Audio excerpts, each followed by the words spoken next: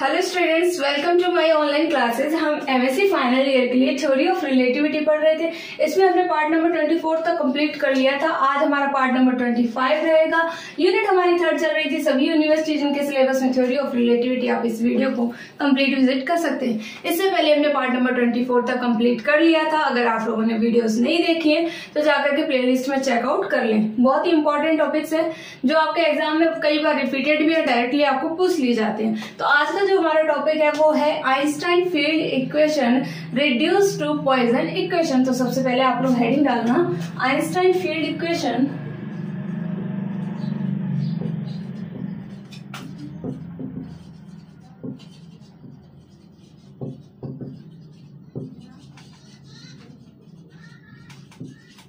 Reduce to Poisson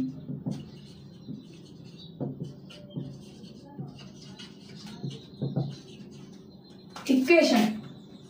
क्या करेंगे कि आइंस्टाइन फील्ड इक्वेशन को लेके चलेंगे और पॉइसन इक्वेशन के फॉर्म में इसको क्या कर देंगे, हम प्रूव करेंगे। तो सबसे पहले तो आपको ये जानकारी होनी चाहिए कि आइंस्टाइन फील्ड इक्वेशन क्या होती है, ठीक है। पॉइसन इक्वेशन क्या होती है, तभी तो उसके आगे हम इसको सॉल्व आउट करेंगे ना। तो सबसे पहले देखो आइंस्टाइन फील्ड इक्वेशन क्या होती है। सपोज कर लो कोई इक्वेशन अपने पास में ये है, R I J minus 1/2 R G I J is equals to beta T I J. ये जो इक्वेशन होती है, ये इक्वेशन किसकी होती है, आइंस्टाइन फील्ड इक्वेशन की।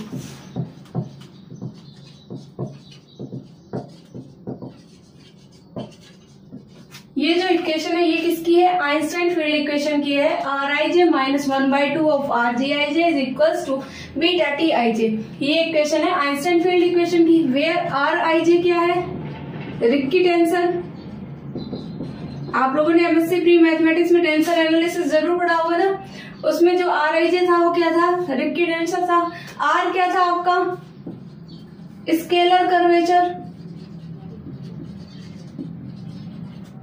यही था ना। और टी आई जे अपना क्या होता है, जो अभी लास्ट जो टॉपिक था 24 जो पार्ट था अपना एनर्जी मोमेंटम टेंसर का। अगर आपने विजिट नहीं किया तो विजिट कर ले जाके, 24 नंबर पार्ट था उसमें एनर्जी मोमेंटम टेंसर था।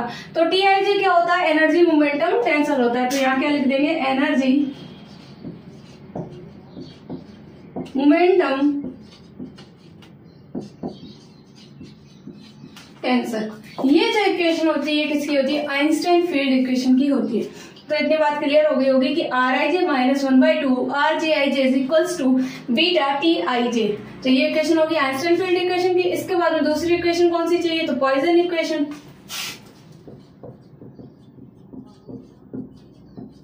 तो पॉइसन इक्वेशन क्या होती है, delta 2v is equals to 4 pi G rho. ये जो इक्वेशन होती है ना ये आपको लर्न करनी पड़ेगी। ये इक्वेशन जो है वो किसकी है, पॉइसन इक्वेशन है। क्या है, पॉइसन इक्वेशन कौन सी है, delta 2v is equals to 4 pi G rho, ठीक है ना। अब देखो यहाँ पर जो अपना g है, जी तो सभी को पता है ना क्या होता है, ये ग्रेविटेशनल कांस्टेंट होता है ना। तो ग्रेविटेशनल कांस्टेंट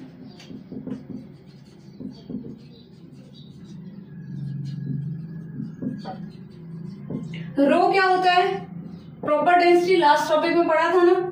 तो ये क्या होती है अपनी प्रॉपर डेंसिटी, ठीक है। ये हो गया आपका प्रॉपर डेंसिटी, ये हो गया आपका ग्रेविटेशनल कांस्टेंट। वी आपका क्या होता है, न्यूटोनियन वेलोसिटी, ठीक है। न्यूटोनियन वेलोसिटी क्या है आपकी, v है। तो ये जो होती है वो आपकी होती है पॉइसन इक्वेशन। तो ये दोनों को लेकर के हम आगे पूरा सोल्व आउट करेंगे। फिर जो अपने पास में लास्ट जो इक्वेशन आएगी, इसकी फॉर्म और इसकी फॉर्म दोनों कन्वर्ट होगी, जो इक्वेशन बनेगी ना उसको हम क्या कहेंगे, Einstein field equation reduce to Poisson equation. तो आपको दो इक्वेशन तो समझ में आ गई, मे बी याद भी हो गई होंगी, आइंस्टाइन फील्ड इक्वेशन और पॉइसन इक्वेशन, ठीक है। तो सबसे पहले लिखेंगे इसमें अपन लोग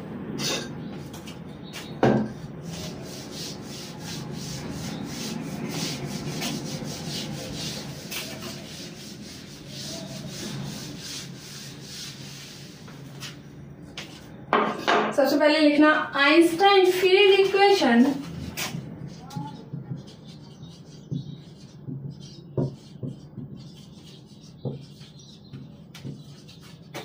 can be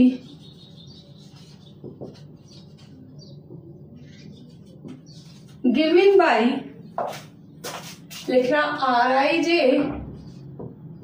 minus 1/2 Rgij is equals to beta Tij। ठीक है, इसको इक्वेशन नंबर 1 दे देना। अब इसमें लिखना where Rij is equals to Ricci tensor. ठीक है, आगे लिखना R is equals to scalar curvature.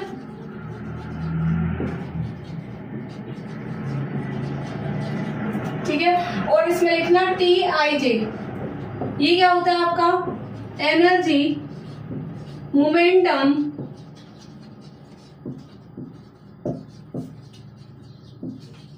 Tensor. ठीक है, ये आपकी होगी आइंस्टाइन फील्ड इक्वेशन। अब इसके आगे क्या लिखेंगे, पॉइजन इक्वेशन। तो लिखना and Poisson equation can be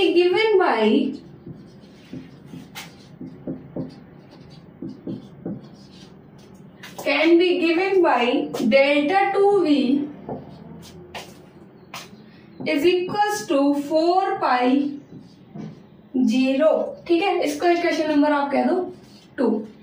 where v क्या है, g क्या है, रो क्या है, वो भी बता देंगे। तो लिखना सबसे पहले g इज इक्वल्स टू क्या है आपका, g कैपिटल G ले लो या स्मॉल g, जो भी लेना है। अगर यहाँ स्मॉल लिया तो यहाँ पर भी स्मॉल ले ले, या कैपिटल ले लो यहाँ पे, बाद में हम कैपिटल का यूज करेंगे तो यहाँ कैपिटल ले लो। ठीक है, तो अब देखो g की वैल्यू क्या होती है आपकी, ग्रेविटेशनल कांस्टेंट।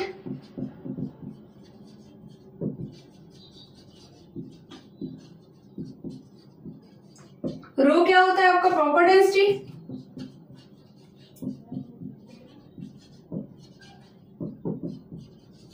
ठीक है, इसके बाद में v क्या होता है आपका, Newtonian velocity.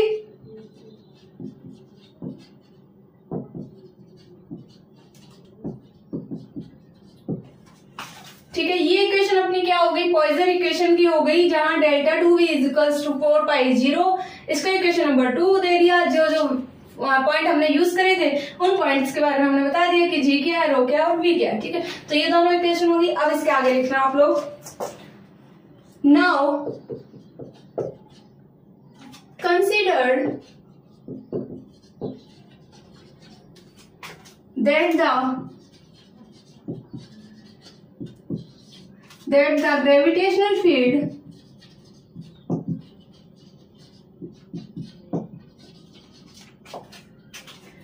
is weak and matter density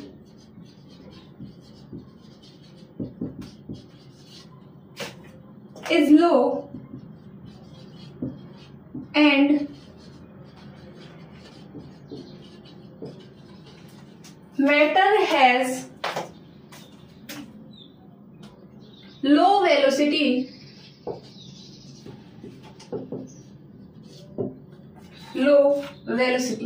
ठीक है, इसको टी को सही कर लेना।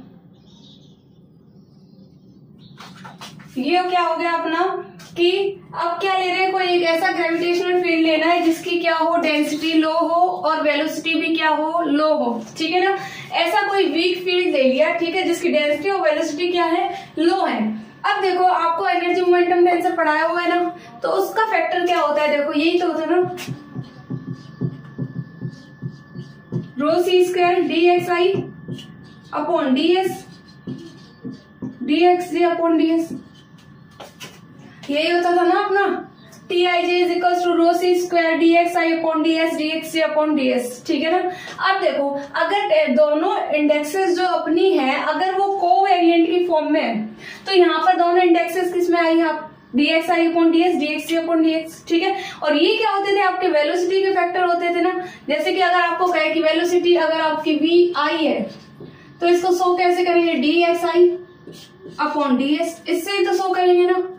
अगर सपोज कर लो एक इंडेक्स कोवेरिएंट पे ले ले, एक कॉन्ट्रावेरिएंट पे ले ले, तो यही जो फॉर्म है वो किसमें कन्वर्ट हो जाएगी, तो वही हम लिखेंगे। तो लिखना इसमें energy momentum tensor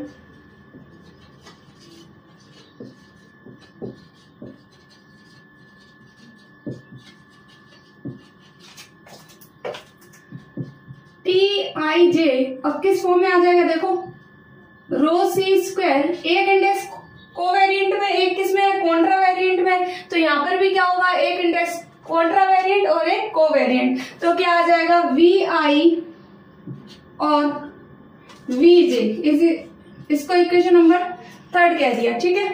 where Vi और Vj क्या है, वैसे तो वेलोसिटी है और दोनों एक दूसरे को क्या करती है, एसोसिएट करती है, तो इसमें इसके आगे एक लाइन लिख लेना, where Vi and Vj are associate to each other, associate to each other, ये वैल्यू आ गई। और साथ में आपको Vi की वैल्यू पता है क्या होती है, dxi अपॉन ds होता है, ठीक है। तो इसको भी लिख सकते हो आप, where Vi is equals to dxi upon ds, Vj is equals to dxj upon ds, ठीक है। अब इसके आगे लिखना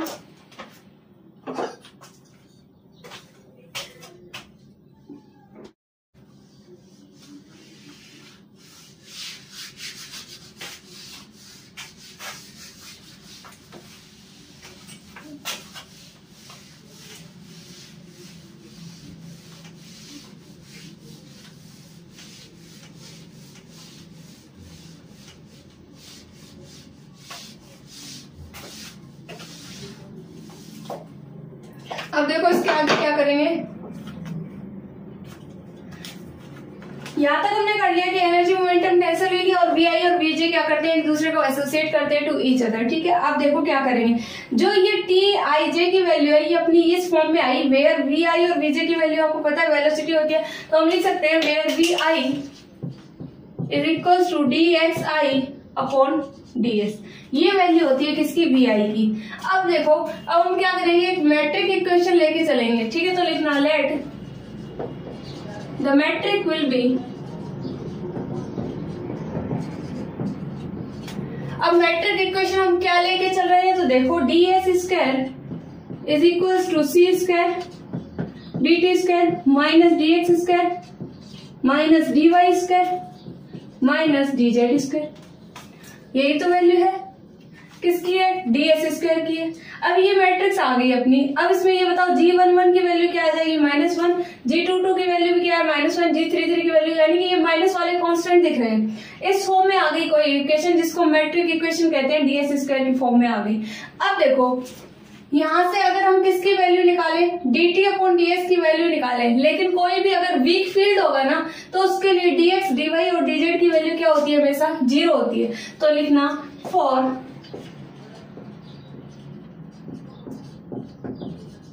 week field dx1 upon ds is equals to dx2 upon ds is equals to dx3 upon ds, इन तीनों की value जो होती है वो 0 की इक्वल होती है किसी भी वीक फील्ड के लिए।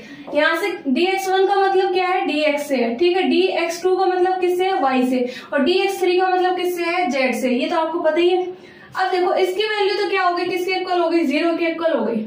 अब देखो यहां से अगर हम dx4 अपॉन ds निकालें, dx4 अपॉन ds, तो dx4 अपॉन ds कैसे निकलेगा बताओ, यहां से ये किस में चला जाएगा, अपॉन में, ये इधर अपॉन में आ जाएगा, यानी कि इसको सॉल्व कर सकते हैं ना। देखो ds square is equal to क्या है, c स्क्वायर dt स्क्वायर, बाकी सारी वैल्यू तो 0 होती है तो हमने 0 ले ली। अब देखो यहाँ से क्या करेंगे, c स्क्वायर को इधर भेज दो और ds स्क्वायर को अपॉन में भेज दो, तो वैल्यू क्या बन जाएगी आपकी, dt square upon ds square, ठीक है। बोथ साइड क्या कर दे, स्क्वायर हटा दे, तो वैल्यू क्या आ जाएगी, 1/c is equal to dt upon ds। अब एक बात बताओ, dt को क्या कहते हैं, dx4 कहते हैं ना, तो यहाँ पर क्या लिख सकते हैं हम, dx4, तो 1/c इज इक्वल टू क्या हो जाएगा, dx4 अपॉन ds, ये वैल्यू किसकी आ गई आपकी, 1/c dx4 अपॉन ds की वैल्यू आ गई, ठीक है। अब देखो तो यहाँ हम क्या लिख सकते हैं, dx4 अपॉन ds की वैल्यू क्या आ जाएगी, 1/c आ जाएगी। यहाँ तक बात क्लियर है कि dx1, dx2, dx3 upon ds इन सभी की वैल्यू क्या होती है, 0 होती है किसी भी वीक फील्ड के लिए। तब हमने किसकी वैल्यू निकाली, यहाँ से dx4 अपॉन ds की वैल्यू निकाली जो क्या आती है, 1/c के इक्वल आती है। ये इक्वेशन हो गई। अब इसके आगे लिखना, now by equation third. Equation third क्या है देखो, T I J is equals to rho C square V I V J, ये वैल्यू है ना अपने पास में। अब हम यहां से किसकी वैल्यू फाइंड आउट करेंगे, देखो किस किस की करेंगे, T11 की, T22 की, T33 की और T44 की, ये 4 वैल्यू हम फाइंड आउट करेंगे। तो सबसे पहले 11 की वैल्यू फाइंड आउट करनी है, इसका मतलब यहाँ पर I की जगह भी क्या पुट करना है 1, J की जगह भी क्या करना है पुट 1 करना है। तो देखो T11 for I J is equal to 1 के लिए, ठीक है। T11 इज इक्वल टू क्या हो जाएगा, रो सी स्क्वायर V1 और V1, ठीक है। अब देखो V1 की वैल्यू क्या होगी, dx1 अपॉन ds, और dx1 अपॉन ds की वैल्यू क्या है 0 है, यही तो होगा ना। देखो वेलोसिटी हमने आपको बताया था, देखो क्या कि vi इज इक्वल टू क्या होता है dxi अपॉन ds होता है। अगर i की जगह कितना हो 1 हो तो ये वैल्यू क्या बन जाएगी बताओ, v1 इज इक्वल टू क्या आ जाएगा dx1 अपॉन ds, और dx1 अपॉन ds की वैल्यू आपको दिखेगा ये वैल्यू क्या है 0 है। इसका मतलब यहाँ पर अगर इसकी वैल्यू 0 है तो कंप्लीट वैल्यू क्या होगी इसकी 0 होगी, तो हम यहाँ क्या लिख देंगे 0। सिमिलरली अगर आप देखोगे तो T22 और T33 की वैल्यू भी क्या आएगी 0 आएगी, तो आप डायरेक्टली लिखोगे T22 is equal to 0 and T33 is equal to 0। ये वैल्यू क्लियर हो गई। अब देखो क्या करेंगे, अब हम किसकी वैल्यू निकालेंगे, T44 की वैल्यू निकालेंगे।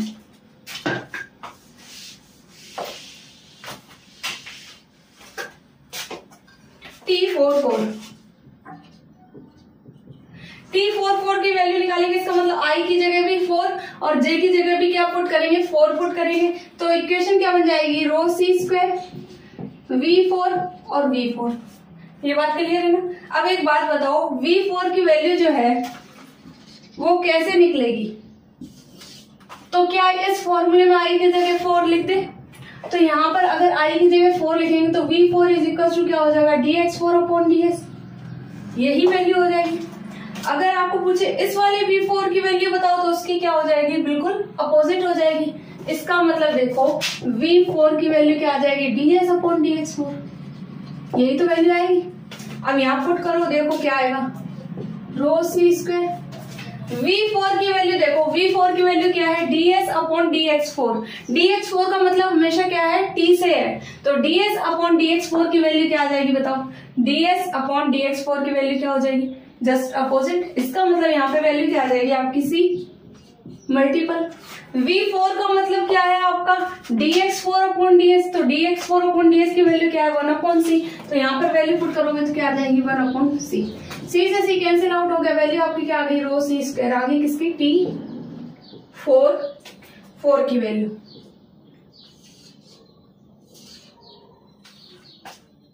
इनको बॉक्स में बंद कर ले, इनसे क्वेश्चन बनाएंगे हम मैट्रिक्स फॉर्म में।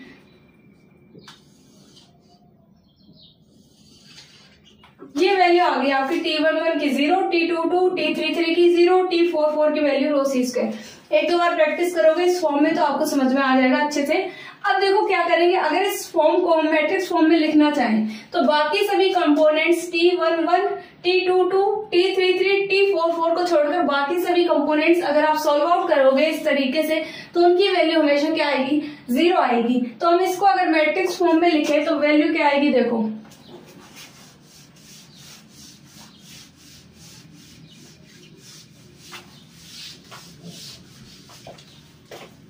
इसको नहीं उतारना, ये रफ वर्क है, आपको समझने के लिए बताया सिर्फ। अब देखो now written as metric form, अगर इसको मैट्रिक फॉर्म में लिखा जाए तो देखो क्या वैल्यू आती है आपकी T ij is equals to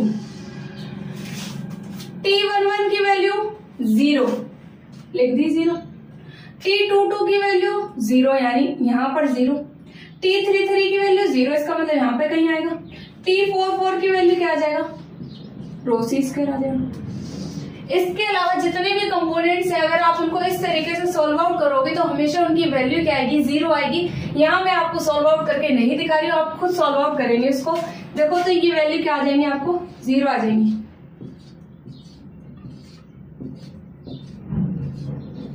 सारी वैल्यू क्या आ गई 0 आ गई। तो ये अपनी क्या बन गई, एक मैट्रिक फॉर्म बन गई। अब इसके आगे देखो क्या करेंगे,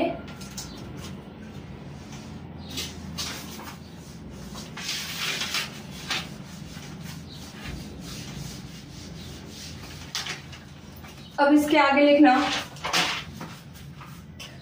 फंडामेंटल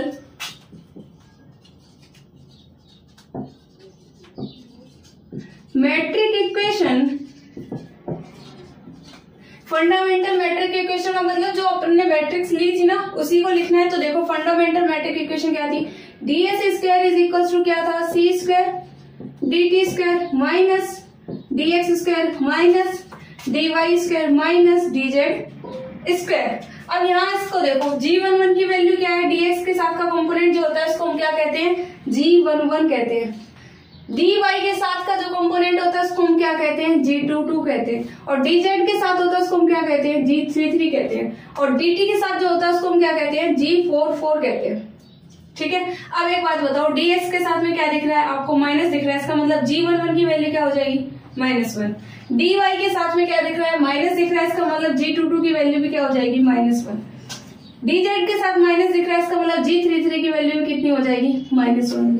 ठीक है, g44 की वैल्यू देखो तो dt के साथ में क्या दिखाई दे रहा है, c स्क्वायर दिखाई दे रहा है, इसका मतलब g44 की वैल्यू क्या हो गई, c स्क्वायर हो गई। तो हमें यही वैल्यू लिखनी है। तो आप लोग लिखना g11 is equals to g22 is equals to g33 is equals to -1 and g44 is equals to c square. ये वैल्यू आ गई आपकी किसकी, मैट्रिक इक्वेशन से कंपेयर करने पे। अब देखो जो स्टार्टिंग में हम फील्ड इक्वेशन लेके चले थे वो क्या थी अपने पास में, तो लिखना field equation Rij is equals to क्या था, Rij इज इक्वल्स टू क्या था,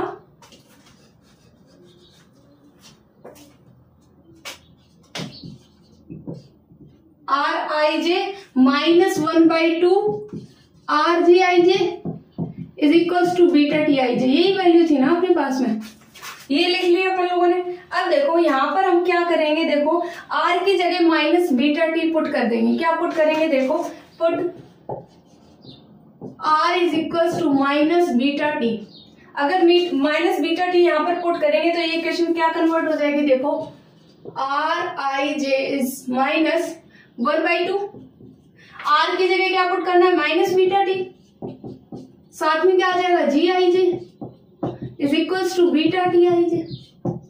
यही वैल्यू आ गई। अब देखो यहां से माइनस माइनस क्या हो गया, प्लस हो गया ना। तो Rij -+ 1/2 beta T Gij is equals to क्या हो जाएगा, बीटा Tij। अब क्या करेंगे, इस वाली फॉर्म को किस साइड ले जाएंगे, इस साइड ले जाएंगे। तो इक्वेशन हमारी क्या आएगी, देखो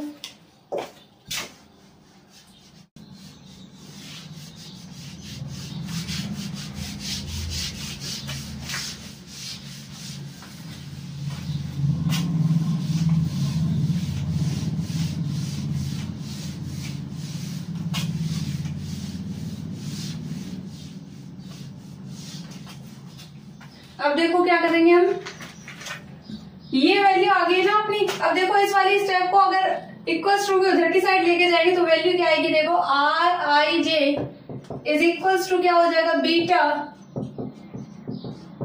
Tij minus 1/2 beta T Gij। यही वैल्यू आ गई ना अपने पास में। अगर दोनों में से बीटा कॉमन निकाल ले तो इक्वेशन क्या आ जाएगी हमारे पास में, Rij इज इक्वल्स टू क्या हो जाएगा, बीटा कॉमन निकालिए, Tij माइनस 1/2 बीटा तो कॉमन आएगी ना, कॉमन निकाल चुके हम। तो इसकी वैल्यू क्या आ जाएगी आपकी, Gij। ये वैल्यू आ गई आपकी। ठीक है, अब हम यहां से जो फाइंड आउट करेंगे वो हम फाइंड आउट करेंगे R44। सिर्फ इसकी वैल्यू हम फाइंड आउट करेंगे यहां से। तो सबसे पहले आप i = j = 4 पुट करेंगे। तो वैल्यू क्या आ जाएगी आपकी R44 is equals to beta T। IJ का मतलब 4 और 4 -1/2 T भी था ना ये, तो T यहाँ लिख लेना। T G IJ की जगह क्या आ जाएगा 4 तो हमने I और J की जगह क्या करा 4 पुट कर दिया। ठीक है, अब हम किस किस की वैल्यू फाइंड आउट करेंगे, एक तो इसकी वैल्यू फाइंड आउट करेंगे, एक इसकी वैल्यू फाइंड आउट करेंगे। तो सबसे पहले लिखेंगे टू फाइंड आउट T। तो T को फाइंड आउट कैसे करेंगे, तो T की फॉर्म जो होती है वो किस फॉर्म में होती है, I और J की फॉर्म में। और हमने पहले ही वैल्यू निकाली थी, किस किस की निकाली थी, T11 T22 T33 T44 इस फॉर्म की निकाली थी। तो इसका मतलब Tij की जो वैल्यू होगी वो क्या होगी, T11 plus T22 plus T33 plus T44 इस फॉर्म की होगी। ठीक है, अब बताओ T11 की वैल्यू क्या थी, T22 की क्या थी, T33 की और T44 की। इन स्टार्टिंग वाली जो 3 थी वो तो आपकी क्या थी 0 थी, और लास्ट वाली जो वैल्यू निकाली थी वो क्या आई थी, रो सी स्क्वायर आई थी ना। तो वैल्यू पुट करेंगे तो T इज इक्वल टू क्या आ जाएगा, देखो ये 0, ये वाला 0, ये वाला भी 0 था, और ये वाली वैल्यू क्या थी आपकी रो सी स्क्वायर। इसका मतलब T की वैल्यू क्या आ जाएगी आपकी रो सी स्क्वायर आ गई। ठीक है, अब हम किसकी वैल्यू फाइंड आउट करेंगे, T44 की वैल्यू फाइंड आउट करेंगे। तो आपने टेंसर में फॉर्मूला भी पढ़ा है अच्छे से कि T44 की वैल्यू फाइंड आउट कैसे करेंगे। तो लिखना T44 is equals to G♯4 और T♯4। ये टेंसर में पढ़ चुके हैं कि अगर कोई दोनों कोवेरिएंट में हो तो ये फॉर्मूला आपका होता है। वही हमने लिया कि हमने क्या करा, इंडेक्स के कांस्टेंट लेते हैं ना, एक वेरिएबल ले लेते हैं साथ में, वो वेरिएबल क्या लिया यहाँ पर अल्फा T♯4। अब इसको क्या करेंगे 1 2 और 3 और 4 के लिए इसको क्या करेंगे ओपन करेंगे। ओपन करेंगे तो ये किस फॉर्म में आएगा, देखो T44 इज इक्वल्स टू, ये वैल्यू जो है वो क्या हो जाएगी आपकी 1 रखोगे तो 1 4 हो जाएगा, ये वैल्यू क्या हो जाएगी 1 4 प्लस ये वैल्यू 2 के लिए रखोगे तो क्या वैल्यू हो जाएगी 2 4 T42 प्लस 3 रखोगे तो वैल्यू क्या आ जाएगी G34 T34 प्लस 4 रखोगे तो वैल्यू क्या आएगी आपकी G44 T44। अब बताओ सिर्फ सेम इंडेक्स में वैल्यू आती है, बाकी सभी इंडेक्सेस अगर क्या हो सेम ना हो तो उन सभी की वैल्यू क्या होती है 0 होती है। तो यहाँ पर इसकी वैल्यू देखो, यहाँ पर T41 और 1 4 अलग अलग इंडेक्स है तो 0 हो गया। ये देखो 2 4 है, यहाँ पर भी 4 और 2 है तो ये कैंसिल हो गए, 0 वैल्यू हो गई। ऐसे इसकी देखोगे तो इसकी वैल्यू भी क्या हो जाएगी 0। तो ओनली किसकी वैल्यू आएगी, इस वाली टर्म की वैल्यू आएगी। तो देखो वैल्यू क्या आएगी,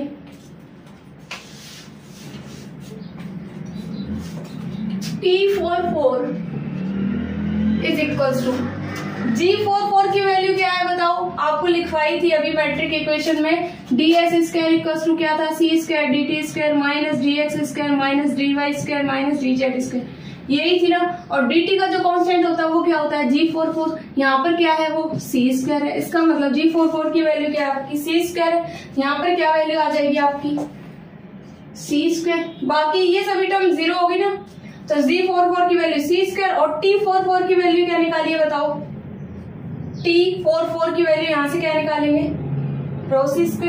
तो यहाँ पर क्या आ जाएगा मल्टीपल में रो c², ये वैल्यू आ गई। अब इसकी वैल्यू देखो क्या हो जाएगी रो c4। अगर आपको ये वाली वैल्यू यहां से नहीं लेनी है तो आप यहां से भी ले सकते हो। मैट्रिक्स इक्वेशन क्या आई थी अपनी, यही आई थी क्या, देखो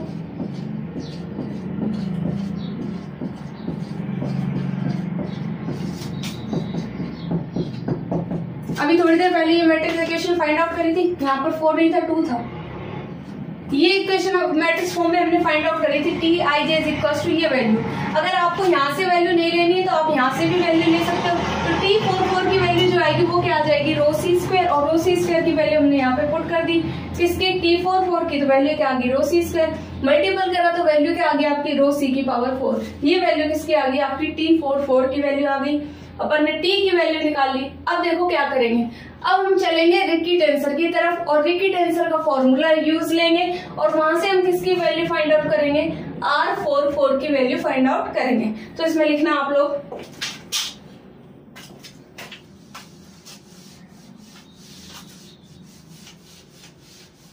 थोड़ा हार्ड टॉपिक है, आप लोग एक दो बार प्रैक्टिस करना, इसकी समझ में भी आ जाएगा और याद भी हो जाएगा और एग्जाम में कई बार रिपीटेड है। बहुत मोस्ट इंपॉर्टेंट मान लो इस क्वेश्चन को।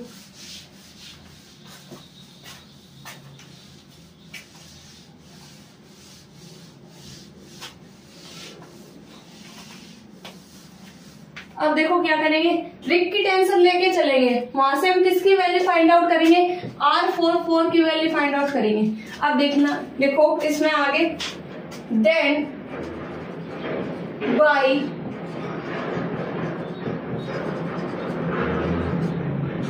रिक की टेंशन, देन बाई रिक की टेंशन। तो रिक की टेंशन क्या होता है ना, आप लोग उस फॉर्मूले का नोट डाउन भी करोगे और साथ में उसको याद करोगे, वो फॉर्मूला है तो सभी लोग नोट डाउन करेंगे। Rij इज इक्वल्स टू लिखना delta two del X I del X J log minus root G minus del upon del x K I J plus alpha आई के जे अल्फा माइनस के I J del upon del x के log minus root जी। ये value जो आ गई ये किसकी है, रिक की टेंसर की इक्वेशन है। यहां से हमें क्या फाइंड आउट करना है, R44 फाइंड आउट करना है। तो इससे पहले हम G को एज ए कांस्टेंट ट्रीट करेंगे और जहां जहां K है वहां क्या पुट करेंगे, अल्फा पुट करेंगे।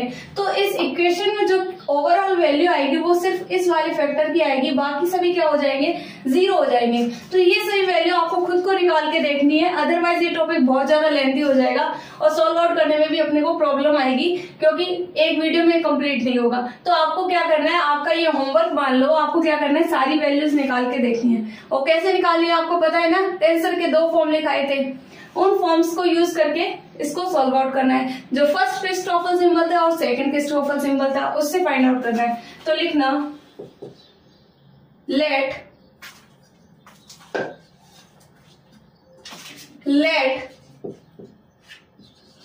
G is a constant and K is equals to alpha and I, J is equals to 4. We get क्या क्या पुट करोगे आप, देखो अगर G कांस्टेंट है तो एक बात बताओ, अगर कोई अपने पास कांस्टेंट होता है तो उसका डेरिवेटिव हमेशा क्या होता है, जीरो होता है ना।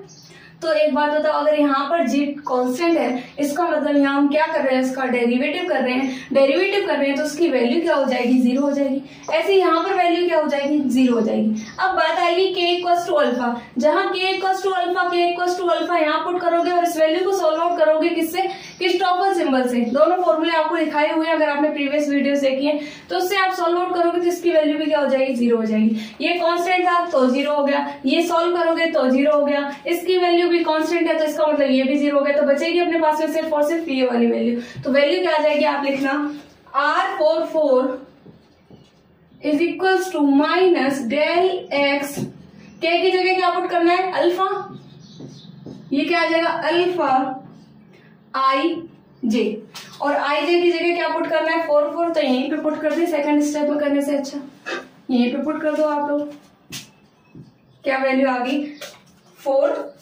अब देखो यहाँ से इसकी वैल्यू भी फाइंड आउट करनी आपको बताई हुई है, क्रिस्टोफर सिंबल से फाइंड आउट करते हैं। तो यहाँ पे मैं आपको सॉल्व आउट करके नहीं दिखाऊंगी, आपको खुद को ये होमवर्क में करना है। तो यहाँ पर इसकी वैल्यू जो आएगी वो मैं लिखा रही हूँ, आपको देखना, अल्फा 44 इज इक्वल्स टू जो वैल्यू आएगी आपकी वो आएगी 1/2 del upon del x alpha H44, ये वैल्यू आ जाएगी आपकी। ठीक है, तो आपको ये वैल्यू सॉल्व आउट करके देखनी है, किससे, क्रिस्टोफर सिंबल से। अब देखो क्या करेंगे, R44 is equals to minus del by del x alpha, और इसकी वैल्यू क्या है अपने पास में, ये है, तो ये वैल्यू यहाँ पे पुट करेंगे। तो वैल्यू क्या आ जाएगी, 1/2 del upon del x alpha H44, ये वैल्यू आ गई ना।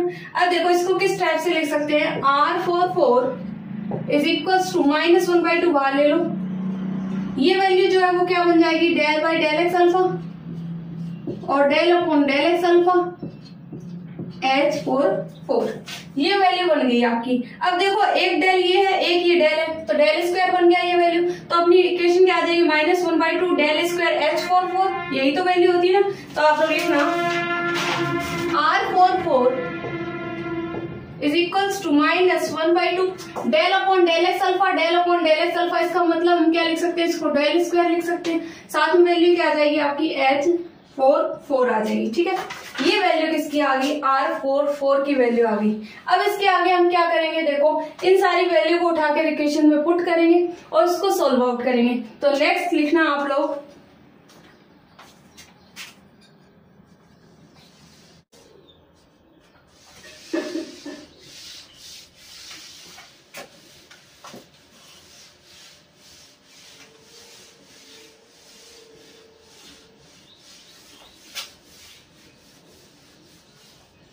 अब क्या करेंगे, जो अपने पास में इक्वेशन नंबर 4 आई थी ना, उसमें सारी जो वैल्यू हमने निकाली है किस किस की, T44 की निकाली, T की निकाली और R44 की, ये तीनों वैल्यू हमें किसमें पुट करनी है, इक्वेशन नंबर 4 में। और इक्वेशन नंबर 4 जो हमारी थी वो थी, लिख लेना आप लोग दोबारा से, equation number 4 by equation number 4। Equation number 4 क्या था, देखो R44 is equal to beta T44 -1/2 TG44। ये इक्वेशन जो थी वो इक्वेशन नंबर क्या थी, 4 थी। अब आप बात बताओ क्या क्या वैल्यू हम फाइंड आउट कर चुके, तो आप कहोगे T44। तो T44 की वैल्यू जो थी वो क्या आई थी, देखो पीछे सॉल्व आउट कराए ना, रो सी की पावर 4। T की वैल्यू जो आई थी वो क्या आई थी बताओ, रो सी स्क्वायर आई थी। यहां से R44 की वैल्यू क्या है अपने पास में, ये है। तो R44 is equal to -1/2 del square H44, ये वैल्यू आ गई। G44 की वैल्यू आप सभी को पता है ना, बताओ क्या होती है, C स्क्वायर, ये वैल्यू आ गई आपकी।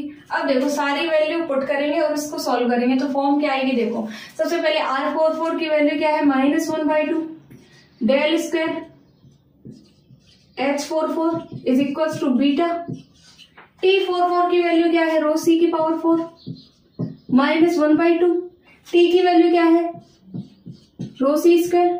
G44 की वैल्यू क्या है आपके पास, C square.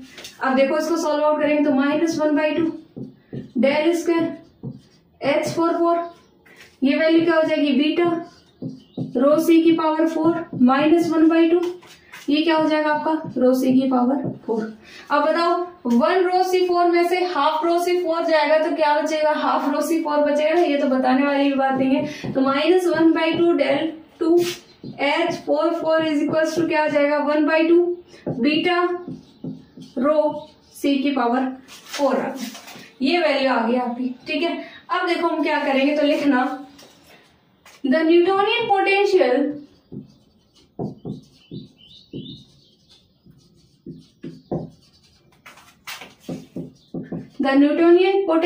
is given by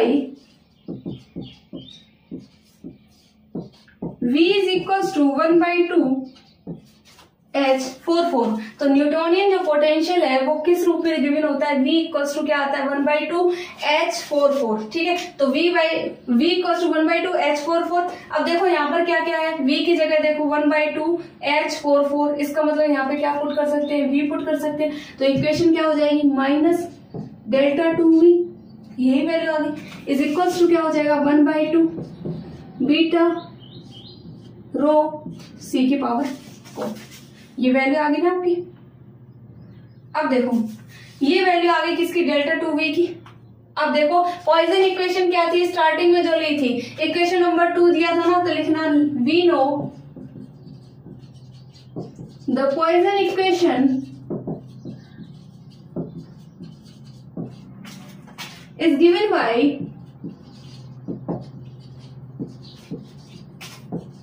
Δ2V is equals to 4 pi G rho। ठीक है। तो we know that the Poisson equation is given by delta 2v is equals to 4π0। अब बताओ यहाँ से कंपेयर करो, यहाँ पर माइनस में वैल्यू है, इसका मतलब अगर इस माइनस को हम इधर मल्टीपल कर दे तो वैल्यू क्या हो जाएगी, ये वाली तो हट जाएगा माइनस, यहाँ पर क्या आ जाएगा ये वैल्यू आ गई। अब देखो दोनों सेम फॉर्म में आ चुकी है ना, डेल्टा 2v और डेल्टा 2v दोनों को कंपेयर कर सकते हैं। कंपेयर करेंगे तो अगर लेफ्ट साइड इक्वल है तो राइट साइड भी इक्वल हो जाएगी। तो डेल्टा 2v इक्वल है, इसका मतलब ये वाली इक्वेशन दोनों क्या आ जाएंगी, इक्वल आएंगी। तो देखो इक्वेशन क्या बनेगी आपकी,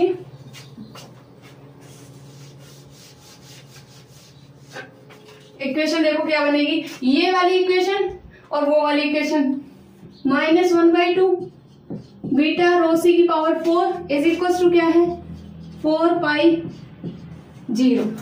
यहां से किसकी वैल्यू फाइंड आउट करेंगे हम, बीटा की वैल्यू। तो बीटा की वैल्यू अगर फाइंड आउट करेंगे तो वैल्यू बताओ क्या आ जाएगी, 4π0 तो सेम है ही, 2 अपॉन में है तो यहाँ मल्टीपल में आ जाएगा, और रो सी 4 किस में आ जाएगा, अपॉन में आ जाएगा और माइनस आ जाएगा।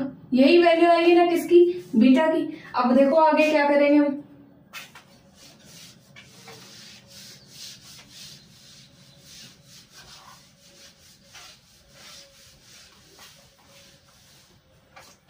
बीटा इज इक्वल टू यहां से क्या आ जाएगा, 4 2 जा 8 पाई जी, रो से रो कैंसिल आउट हो गया, माइनस का साइन अपॉन सी की पावर 4। ये वैल्यू किसकी आ गई, बीटा की आ गई। अब बताओ जो स्टार्टिंग में हमने आइंस्टाइन फील्ड इक्वेशन लेके चले थे उसमें हमारे पास में बीटा था ना, तो बीटा की जगह आपकी वैल्यू क्या पुट करेंगे, ये वाली पुट कर देंगे और उसको हम क्या कर लेंगे, सॉल्व कर लेंगे, वो हमारा क्या होगा, रिजल्ट होगा। तो अब लिखना, put the value of beta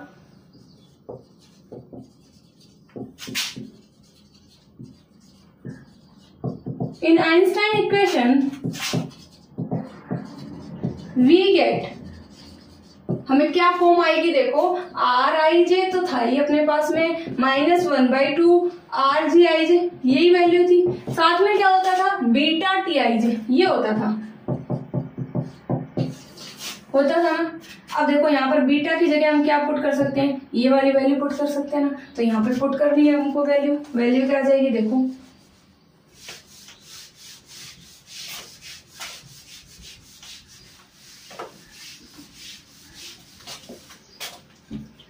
value क्या आ जाएगी देखो, -8πg अपॉन सी की पावर 4 टी आई जी। ये इक्वेशन जो आ गई, ये इक्वेशन हमारी क्या है, Einstein field equation reduce to Poisson equation. अब हम एक केस ये भी तो निकाल सकते हैं ना, अगर G equals to C equals to 1 put कर दें तो हमारे पास में इक्वेशन क्या बन जाएगी, तो लिखना, if we put C equals to G equals to 1 this equation reduced to Poisson equation। देखो क्या आ जाएगा, अगर C इक्वल्स टू 1 हो, G इक्वल्स टू 1 हो तो ये वाला फैक्टर तो हट जाएगा, तो इक्वेशन आपकी क्या आ जाएगी, R I J -1/2 R G I J is equals to -8π T I J. ये आ जाएगी आपकी इक्वेशन, अगर C equals to G equals to हम क्या ले लें, 1 ले लें। तो ये इक्वेशन का एक क्या है, रेडियस बोल सकते हो, कोई एक केस नहीं लेते पर्टिकुलर, जैसे केस ले लिया C equals to G equals to 1, तो ये वो है। अब देखो तो ये जो इक्वेशन आई है हमारी आई Einstein field equation reduce to Poisson equation. तो आपको इसकी कम से कम भी 2 बार तो लिख के प्रैक्टिस करनी है, 2 बार, एक बार आप बिना आंख बंद करके उसको क्या करोगे, एकदम स्टेप बाय स्टेप उसको रिवाइज कर लोगे, ठीक है। और इससे पहले ये पार्ट नंबर 24 तक कंप्लीट विजिट भी करना है, साथ में प्रॉपर नोट्स भी बनाने हैं। MGSU यूनिवर्सिटी का 12 जून को एग्जाम है रिलेटिविटी का, उससे पहले आपको रिलेटिविटी बहुत अच्छे से पढ़नी है, नोट्स बनाने हैं, तैयारी करनी है, ठीक है।